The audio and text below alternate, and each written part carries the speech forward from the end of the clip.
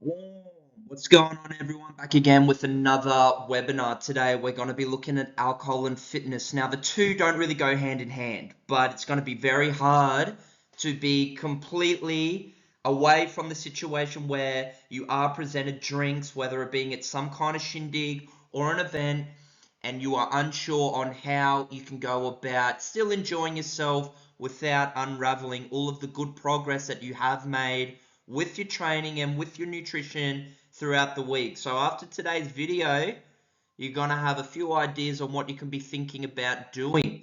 Today's agenda, we're going to be looking at how alcohol can impact our physique. All right, can we drink when we are serious with our health?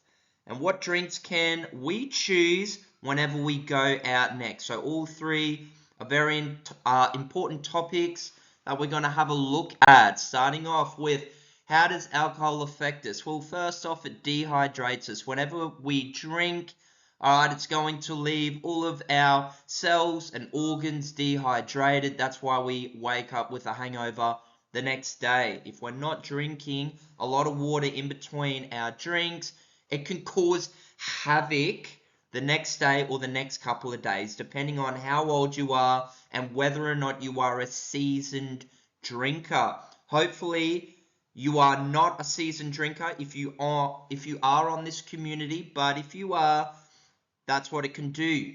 It interferes with protein synthesis and muscle recovery. If you are wondering what is protein synthesis, it is basically how your muscles recover and how they repair, okay? It can really impact the way in which that your muscles are recovering before and after a training session, okay? So you want to make sure that you're keeping that in mind. If you want to build muscle, usually drinking a ton of drinks every weekend isn't going to be your best bet.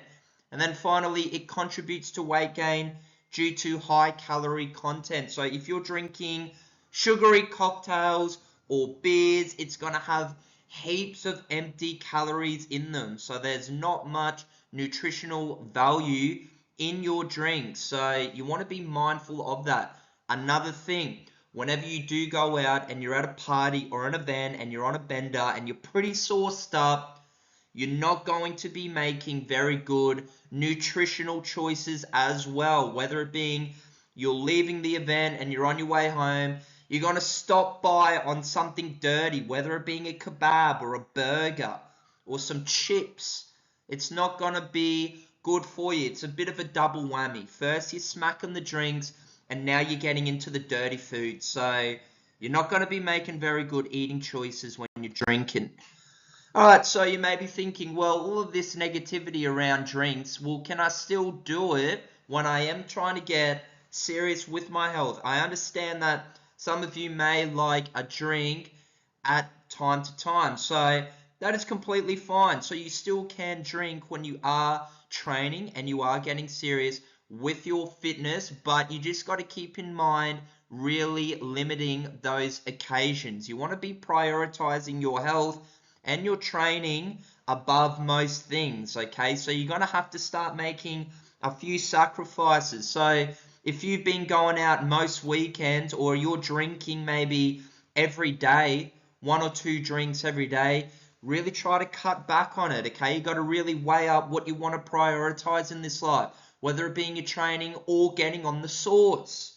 All right, another thing is, whenever you do go out, you want to make sure that you are really limiting how many drinks you are having, okay? So again, if you really like getting on the drinks, this is going to take a lot of self-regulation here, okay? It's going to take a lot of control so you don't go overboard. So you still can drink, but make sure you're doing it in moderation, okay? Too much of everything is always going to be bad, and it's going to apply that particularly with alcohol.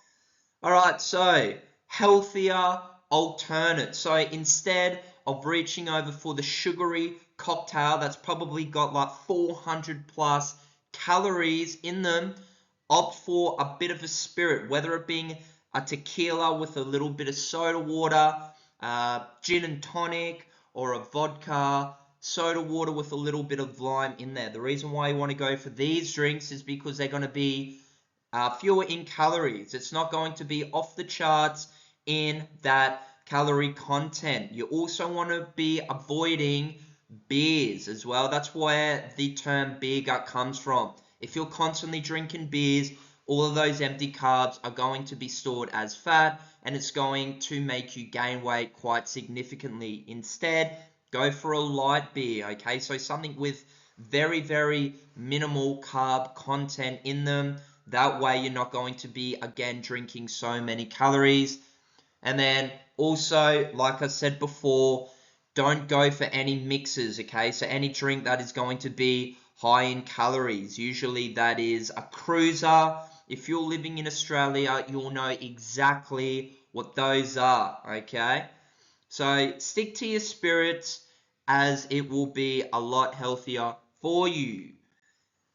Alright, now a bit of a summary. Alright, I don't spend too much time on these just because if I pack you with too much information, you're probably not going to be getting too much out of it. I like to keep it short, sharp, simple, and sweet. So whenever you are going out, whether it being an event or some other shindig, make sure that you are keeping your moderation in mind, okay? Don't go overboard with your drinks. That is going to require you to have some kind of level of self-regulation. Don't just send it. Send your training, but don't send the drinking.